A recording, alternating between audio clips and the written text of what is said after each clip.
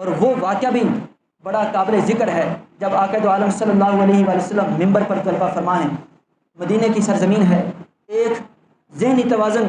سے کمزور بڑھیا خاتون آقا دو عالم صلی اللہ علیہ وآلہ وسلم کے پاس آتی ہے اور باہر سے کھڑے ہو کر اشارہ کرتی ہے، حضور کو بلاتی ہے۔ آقا دو عالم صلی اللہ علیہ وآلہ وسلم اس کو اگنور نہیں کرتے، اس نے اشارہ کیا، رسول اللہ صلی اللہ علیہ وسلم نے اپنا ممبر چھوڑا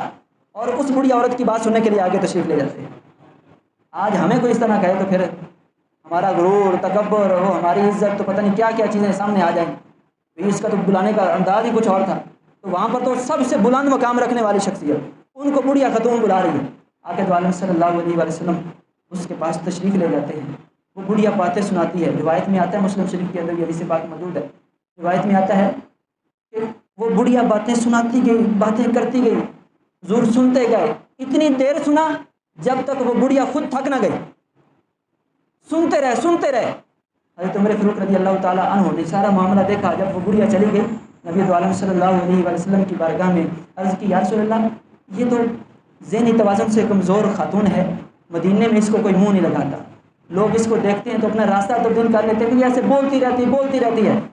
رسول اللہ صلی اللہ علیہ وآلہ وسلم نے کمال جواب دیا، حضور نے فرمایا، اے عمر، پورے عرب میں جس کی کوئی نہیں سنتا،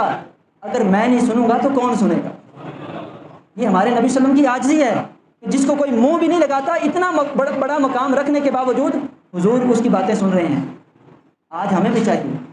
ہم اپنے نبی صلی اللہ علیہ وسلم کی اس عادت کو اپنے اندر پیدا کریں، اللہ کے عاجز بندے بن کر رہیں۔ اللہ پاک جتنی مرضی شہرت دے دے، مال دے دے، دولت دے دے، بڑے بڑے گھر آ جائیں، لیکن ہمارے اندر سے عاجزی ختم نہیں ہونی چاہیے،